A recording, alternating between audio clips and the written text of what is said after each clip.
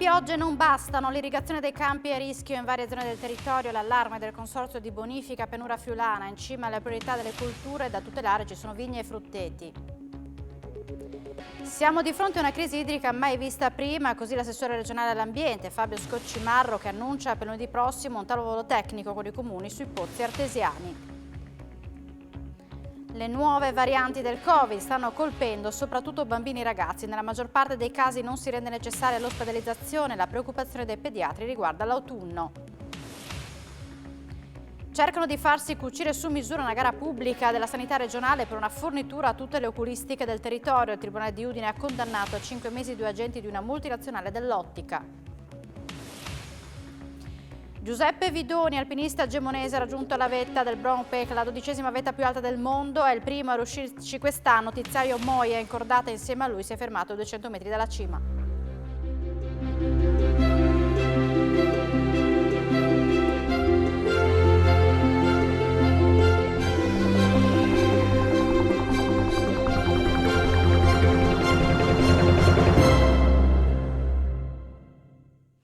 Buonasera e ben ritrovati a un nuovo appuntamento con l'informazione di Telefriuli. Possibili stop all'irrigazione, una priorità delle culture da tutelare. Il consorzio di bonifica della pianura friulana lancia l'allarme. Le piogge non sono state sufficienti a sanare la situazione. In cima alle priorità delle culture da proteggere i frutteti e i vigneti. A causa della scarsità di precipitazioni, presto non saranno più garantite le irrigazioni in diverse zone del Friuli.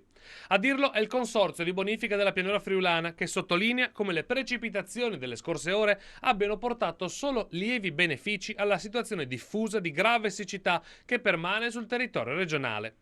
Problematica, si legge in una nota, la situazione della derivazione dal torrente Torre a Zompitta, che compromette l'esercizio irriguo negli impianti serviti dalle rogge di Udine e Palma.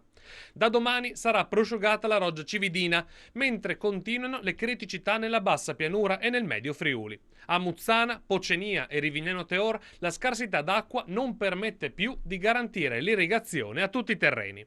A questo punto, ha spiegato Rosanna Clocchiati, presidente del consorzio, riteniamo ci sia l'alta probabilità di non poter più assicurare l'esercizio irriguo in diverse zone del comprensorio. Il consorzio ha stilato una lista delle culture da tutelare trasmessa agli uffici consortili. Prime sono le culture pluriennali come frutteti o vigneti, in secondo piano mais e medicali, poi il primo raccolto della soia, i girasoli e ultimo il secondo raccolto della soia. L'unico obiettivo, conclude Clocchiatti, è assicurare al maggior numero possibile di terreni il servizio irriguo. Distribuendo a tutti la poca acqua presente si finirebbe per compromettere un numero maggiore di raccolti. E a proposito di crisi idrica, l'assessore regionale Scoccimarro ha annunciato un tavolo tecnico sui pozzi artesiani in programma lunedì, ma la giunta regionale oggi ha confermato anche che non ci saranno rincari il prossimo anno sugli ski pass. Dagli ski pass al bonus per le terme, la giunta regionale ha approvato una serie di provvedimenti a partire dai calendari invernali per la stagione sciistica con l'abbonamento unico per tutti i poli. Poi le novità sono il mantenimento delle tariffe stesse rispetto alla stagione precedente e si badi bene, lo sforzo sarà notevole da parte dell'amministrazione regionale a fronte degli aumenti importanti dei costi energetici. La giunta, su proposta del vicepresidente Riccardo Riccardi, ha anche confermato per tutto il 2022 il contributo giornaliero di 46,2 euro per cure climatiche, termali e soggiorni terapeutici ai soggetti aventi diritto, che sarà erogato dalle aziende sanitarie. Ha approvato anche il piano regionale di gestione dei rifiuti portato dall'assessore Fabio Scoccimarro. Con la prossima adozione definitiva del nuovo piano, ha spiegato, la nostra regione sarà sempre più autonoma nel trattamento sostenibile di questi materiali di scarto. Oggi abbiamo fatto un ulteriore importante verso una vera economia circolare. Scoccimarro ha anche annunciato la costituzione lunedì prossimo di un tavolo tecnico con ARPA, i gestori del servizio idrico, una rappresentanza dei comuni della Bassa Friulana, del Pordenonese e dell'Isontino, la Protezione Civile, l'Università di Trieste, l'Ordine degli Geologi, finalizzato a coordinare il tema dei pozzi artesiani e l'applicazione degli interventi e condividere l'aggiornamento del testo del decreto. L'assessore ha sottolineato come il livello dell'acqua sia ben al di sotto rispetto al 2013, l'anno peggiore finora. Intesa San Paolo ha stanziato un plafond di 100 milioni di euro a sostegno delle piccole e medie aziende agricole che stanno subendo i danni causati dalla siccità, in particolar modo nei territori delle regioni Emilia-Romagna, Friuli Venezia Giulia, Lombardia, Piemonte e Veneto. È prevista la possibilità di richiedere finanziamenti a breve termine con rimborso in un'unica soluzione per capitale e interessi alla scadenza, oppure con rimborsi rateali aventi periodicità regolare e a medio-lungo termine finalizzati al risparmio dell'acqua e in generale alla ottimizzazione delle risorse idriche. Per far ripartire l'occupazione anche nel settore edile bisogna lavorare su formazione e inserimento lavorativo e porre delle condizionalità al reddito di cittadinanza o al salario minimo. A dirlo l'assessore regionale al lavoro Alessia Rosolen. Lavoro edilizia e legno arredo al centro del 14° congresso Fenial Will che si è svolto a Villa Nachini Cabassi di Corno di Rosazzo. Un'occasione per fare il punto della situazione, analizzare le prospettive future in modo particolare per il comparto edile che ha visto una ripresa repentina grazie al superbonus. Se non avessimo avuto i bonus non avremmo avuto una ripresa del settore dell'edilizia e questo perciò hanno fatto sicuramente bene al settore. È chiaro che tutti questi finanziamenti, tutta questa richiesta in un tempo così breve ha portato una serie di distorsioni, l'apertura di partite IVA, di gente che non è strutturata per fare per l'impresa edile, ci sono sufficienti imprese e dipendenti per riuscire a dare le risposte a quella che è la richiesta.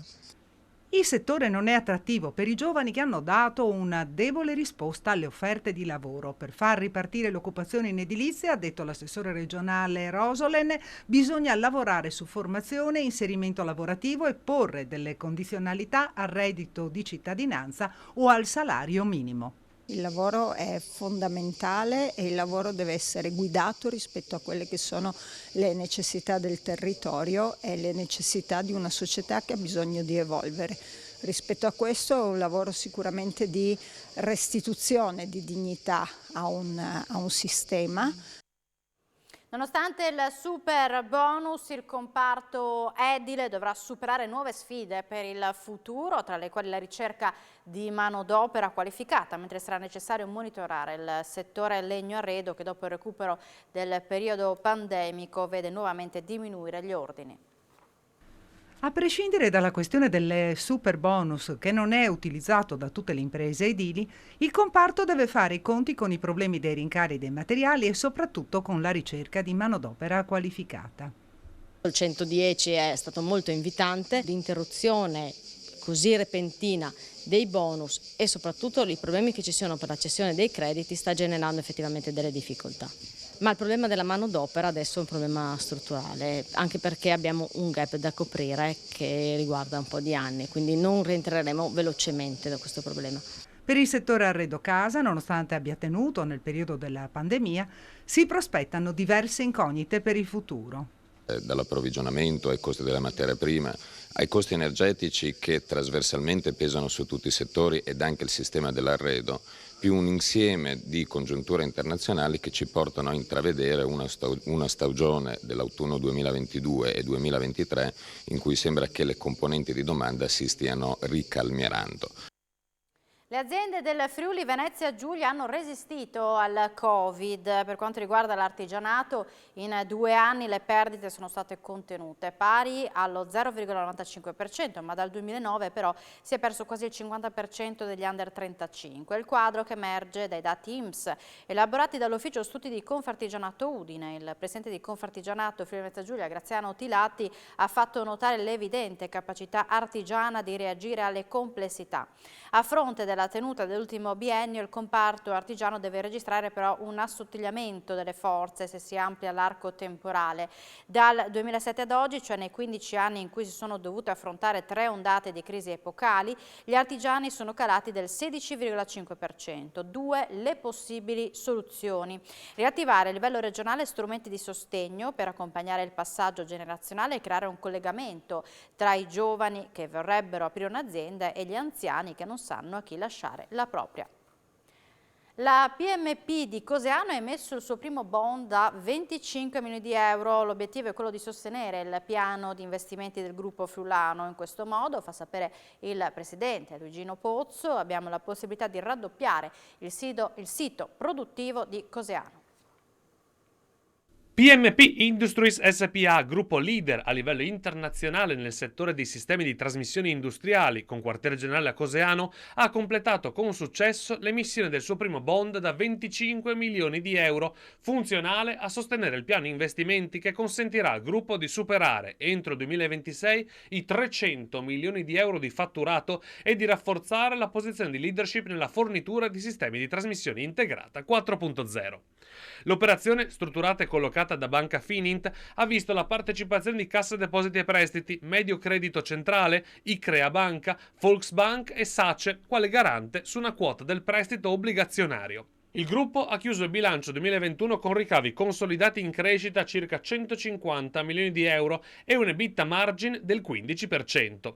Risultati destinati a migliorare nei prossimi anni grazie agli investimenti in corso che consentiranno al gruppo di incrementare la propria capacità produttiva sia in Italia che all'estero.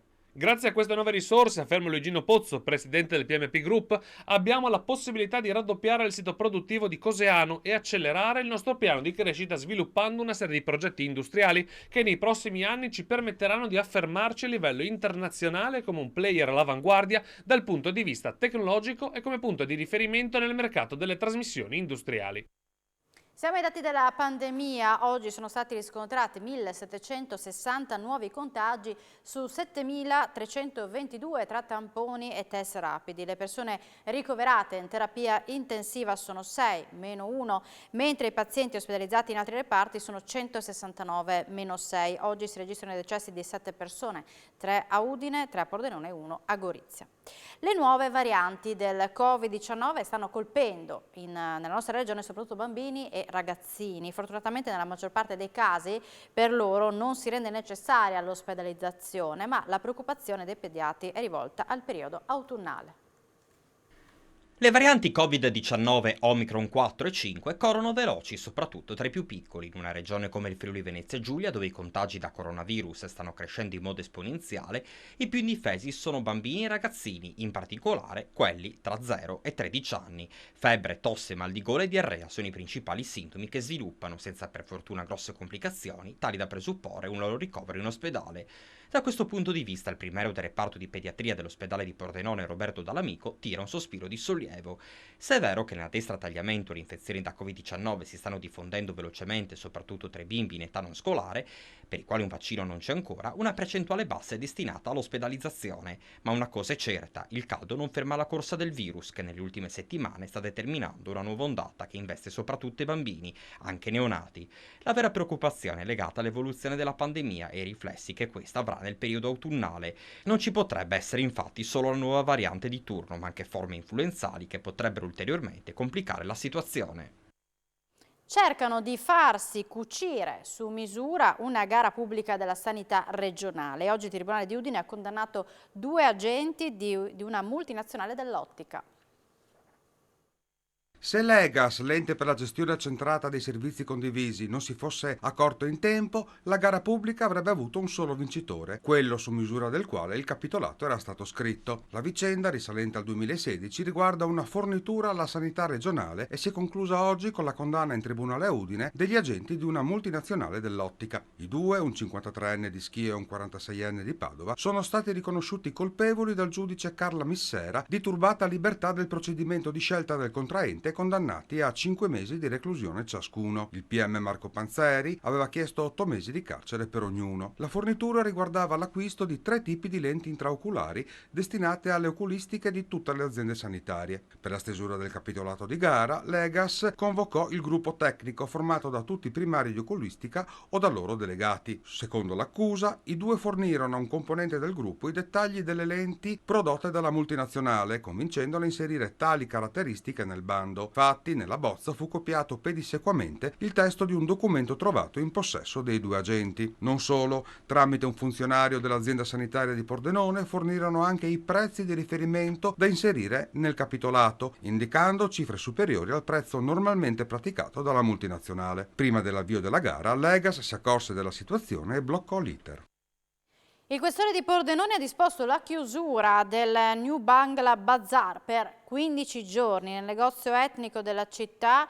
5 extracomunitari mercoledì avevano acquistato e consumato alcol per ore prima di dar vita a una violenta lite alla presenza di diversi residenti. 15 giorni di chiusura, non è la prima volta per il New Bangla Bazar di Pordenone. L'esercizio commerciale etnico di Via Vallona nella serata di mercoledì è stato teatro nel parcheggio antistante di una violenta lite con tanto di bottiglie di vetro infrante tra 5 extracomunitari pakistani e afghani, tutti già noti alle forze dell'ordine per reati in materia di spaccio di stupefacenti e furti e già aggravati da ordini di allontanamento. Ad assistere allibiti alla scena alcuni residenti e diversi avventori dei locali vicini che hanno allertato le forze dell'ordine. Sul posto è intervenuta la squadra volante della questura di Pordenone che ha accertato lo stato di ubriachezza delle persone coinvolte, su tutte un pakistano 31enne senza fissa dimora, e il fatto che i 5 avessero acquistato e consumato per tutto il pomeriggio gli alcolici al New Bangla Bazar senza che il titolare se ne preoccupasse, continuando a vendere il loro alcol. Per questo il questore Luca Carocci ha disposto la chiusura dell'esercizio commerciale. Il locale era già stato chiuso nel marzo del 2020, in pieno lockdown per la pandemia, perché all'interno del negozio erano state trovate diverse persone straniere assembrate per bere alcolici e non in possesso dell'autocertificazione che consentiva gli spostamenti. Allora il questore Marco Dorisio aveva disposto la sospensione della licenza per 45 giorni. Diede in escandescenze al centro commerciale, minacciò le forze dell'ordine e devastò un ristorante. Il Tribunale di Udine ha condannato un 31enne di Campoformido. Ha minacciato gli addetti alla sicurezza del Cittafiera e un carabiniere, oltre a danneggiare alcune porte e il mobilio di un ristorante. Per questo il giudice Rossella Miele del Tribunale di Udine ha condannato un cittadino italiano di origini indiane di 31 anni, residente a Campoformido, a 8 mesi di reclusione con il rito abbreviato. La vicenda risale alla mattina dell'ultima domenica di maggio. Stando le accuse, l'uomo ha prima minacciato una guardia giurata del centro commerciale brandendo un bastone portato da casa, poi ha distrutto la porta dell'ufficio degli addetti alla sicurezza colpendola con calci, pugni e pietre. Il 31enne se l'è presa quindi con l'arredo del ristorante cinese del Cittafiera, rovesciando tavoli e sedie e danneggiando le suppellettili. Non contento, all'arrivo dei carabinieri della radiomobile ha brandito 2 bottiglie al loro indirizzo, insultando e minacciandone uno di morte. Ai militari non era rimasto che bloccarlo con la forza e ammanettarlo. Un incendio scoppiato nel semiterato di una villetta in via Friuli a Pordenone ha causato nel pomeriggio momenti di apprensione. Erano le 16:45 quando alla centrale operativa dei Vigili del Fuoco è arrivata la segnalazione della presenza di parecchio fumo che usciva dall'abitazione. Ad andare a fuoco per causa in corso di accertamento un tapirulan utilizzato per gli allenamenti fai da te. Si sospetta un cortocircuito. I pompieri sono arrivati in forze sul posto e hanno provveduto a spegnere le fiamme. Sono così riusciti a limitare i danni. Fortunatamente oltre al fumo acre che ha invaso l'abitazione non ci sono stati né feriti né intossicati, sono ancora in corso le operazioni di bonifica.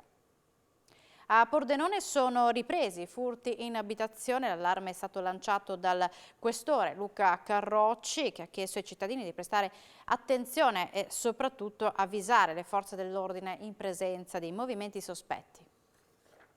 Riprendono i furti in abitazione. A Pordenone nell'Interland, complice l'arrivo dell'estate e un maggior movimento da parte dei cittadini, appartamenti e villette sono tornati ad essere tra i principali bersagli dei malviventi. Fenomeni odiosi contro i quali le forze dell'ordine hanno già avviato un'attenta attività di monitoraggio del territorio. È chiaro che il periodo estivo e quindi con l'approssimarsi del periodo delle vacanze, che tutti godranno come giusto che sia di un periodo di vacanze, soprattutto dopo questi 2 anni di pandemia che hanno limitato di molto i nostri movimenti, però sono un'occasione ghiotta per chi invece ha intenzione di delinquere, quindi di commettere i reati, in particolare i furti nelle abitazioni che vengono lasciate vuote.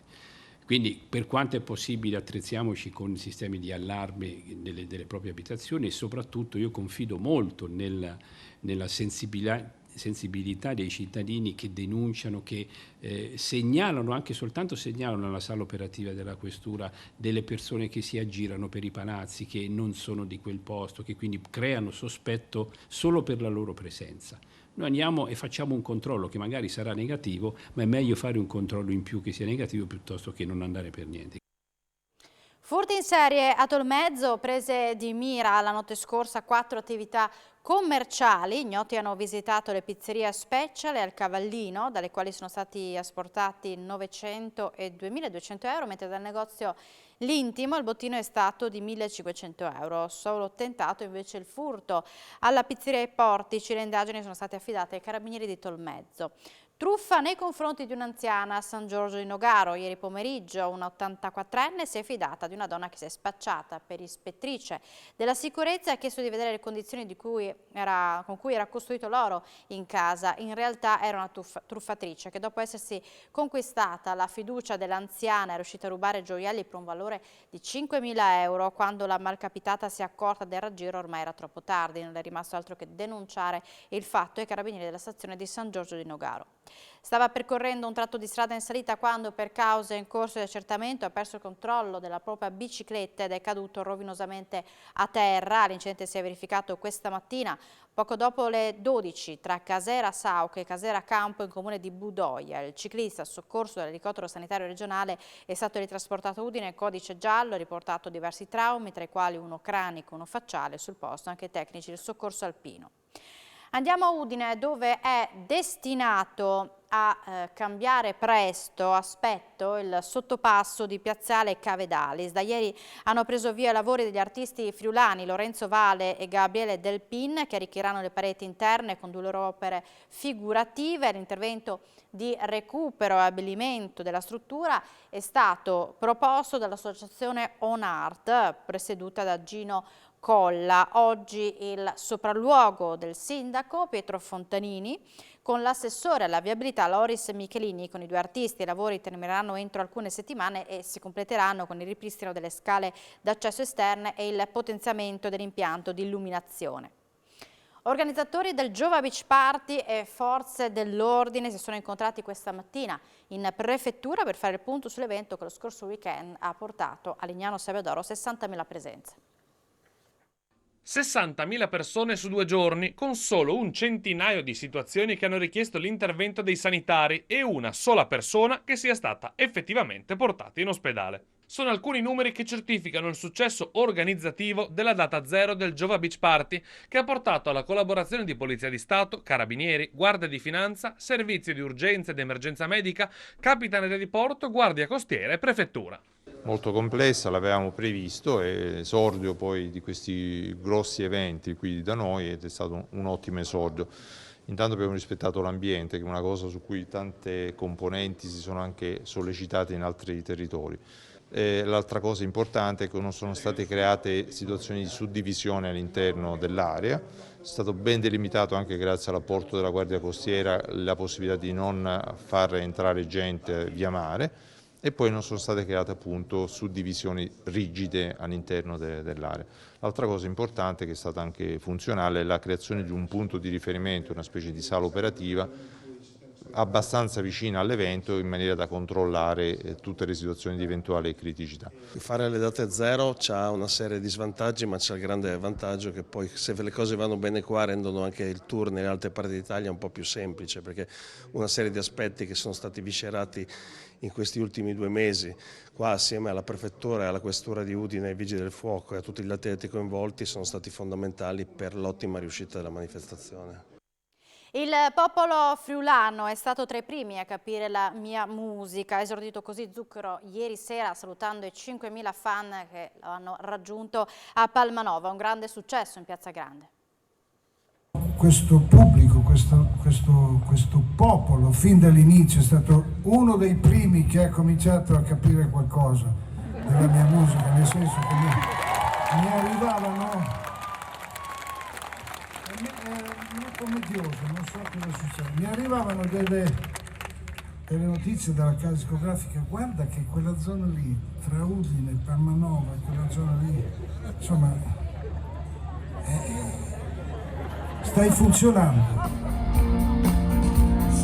fiamme nel cielo, lampi in mezzo al buio. Oh, ci sei, baila, baila Lorena. A distanza di 9 anni dall'ultimo concerto in Friuli, a Villa Manini, il bluesman italiano più famoso al mondo, il grande Zucchero, ha scatenato il pubblico di Palmanova nel concerto evento ieri sera in Piazza Grande, una festa per 5.000 fan. Diciamo con i confronti fra i tanti operatori qui non ci ricordavamo tante sedie in piazza, quindi potrebbe essere veramente un record di questa conformazione di spettacolo e ovviamente siamo felicissimi.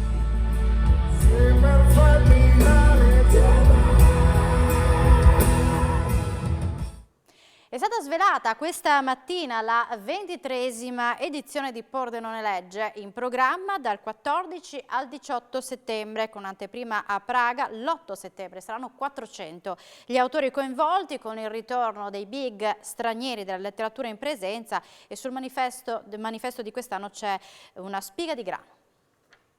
Una spiga di grano come segno di buon augurio, è questo il simbolo scelto per la 23esima edizione di Pordenone Legge, il Festival del Libro con gli autori in programma dal 14 al 18 settembre, svelata oggi a Palazzo Badini. Il grano ovviamente ha molti significati, per noi qui è un elemento della natura importantissimo, ma lo è nel mondo e lo sappiamo bene in questo periodo, e poi è di grande augurio, di buon auspicio. Proprio dal grano e anche dai bambini e dai ragazzi partiamo nei primi giorni di Pordenone Legge, proprio nella prima mattinata, perché i bambini e i ragazzi li rivogliamo al festival. Confermata la tripla inaugurazione a Pordenone, Trieste e Lignano, ma la novità sarà un'anteprima a Praga. Prima di tutto l'auspicio che si possa ritornare a fare l'assembramento. E a questo stiamo lavorando a un grande assembramento e quindi con una quantità di autori, di invenzioni e innovazioni, ma anche finalmente possono ritornare i vecchi tormentoni. Centinaia gli autori e gli incontri programmati anche nei principali comuni del Friuli occidentale, spazio a poesia, teatro, attualità, appuntamenti per scuole, ragazzi e molto altro, con il ritorno dei big stranieri in presenza. Ritornano veramente dei grandi nomi, speriamo veramente che Pordenone Legge abbia quell'aspetto internazionale che l'ha sempre caratterizzata. Tra i nomi la Salzman, ucraina, Alexei Nikitin, anche lui ucraino, abbiamo uno dei più grandi scienziati in questo momento che è Franz De Waal, il primatologo, c'è un grandissimo narratologo, un Jonathan Goschal, insomma c'è veramente una grandissima proposta. Una notizia giunta poco fa in redazione: grave incidente stradale si è verificato alle 18:15 sulla strada provinciale 43 tra Torsa e Flumignano di Talmassons per causa del vaglio dei carabinieri di Codroipo. Un'auto, dopo essere uscita di strada, si è rovesciata nel fosso. Il conducente del veicolo ha riportato una serie di ferite e fratture. Soccorso dal personale del 118 con ambulanza, è stato ritrasportato a Udine. Le sue condizioni sono serie. Sul posto i vigili del fuoco volontari di Codroipo che hanno provveduto a mettere in sicurezza lo scenario del sinistro. Si sono conclusi nel pomeriggio gli esami di Stato per gli studenti del MIZ Academy Udine, settore meccatronico. Alta la media dei voti, 6 su 60 i corsisti che hanno ottenuto la lode. A riempire d'orgoglio la direttrice Ester Ianni sono anche le parole d'elogio della commissione d'esame. I voti eccellenti conseguiti dagli studenti, ma soprattutto le parole lusinghiere della Commissione, sono la misura dei risultati conseguiti agli esami di Stato dai corsisti del settore meccatronica dell'Istituto Tecnico Superiore MIZ Academy Udine. Le prove si sono concluse nel pomeriggio e hanno interessato 60 studenti. 6 di loro hanno ottenuto la valutazione massima, 100 e lode. Altrettanti hanno portato a casa il voto 100. La media dei voti è di 86,5 per automazione e sistemi meccatronici, 91,04 per additive manufacturing, 84,5 per macchine agricole. Si tratta di risultati che ci rendono molto orgogliosi, commenta Ester Iannis, direttore del MIZ Academy Udine. Posso dire di essere rimasto sorpreso, ha commentato il presidente della commissione d'esame, il docente universitario Stefano Bosco Lonale, dall'aver visto ragazzi che sono in grado di affrontare in autonomia problemi complessi in ottica pienamente interdisciplinare. Lo fanno con approccio empirico, riuscendo riuscendo a risolvere problemi tecnici che apparentemente non sembrano affrontabili senza strumenti tecnici forti. Parole importanti, evidenzia Iannis, la quale spiega che l'esame di Stato che porta al conseguimento del titolo rilasciato dal Ministero dell'Istruzione di tecnico superiore consiste in 3 prove: la trattazione scritta di un progetto, una verifica delle conoscenze e competenze nelle materie trattate nei corsi e la presentazione di un project work che lo studente propone per risolvere un problema pratico, molto spesso indicato dalle aziende. All'esame sono stati presentati prototipi molto interessanti che hanno richiesto molte ore di lavoro e l'utilizzo dei robot a disposizione nei laboratori del MITS. Colpisce la qualità degli strumenti utilizzati e dell'affiancamento dei mentori, la tenacia dimostrata dai corsisti nel perseguimento degli obiettivi, ha detto la commissaria Fabiana Burco, esperta di formazione professionale designata dalla Regione. I project work presentati dai candidati, ha aggiunto la rappresentante del mondo del lavoro, Risieri Cignini, sono di livello e mi hanno colpito sia per la qualità tecnica che per le soft skills sottese. Siamo in chiusura, ma per tutte le notizie sportive appuntamento subito dopo la pubblicità con Sport FUG. Grazie per l'attenzione e buona serata con Telefriuli.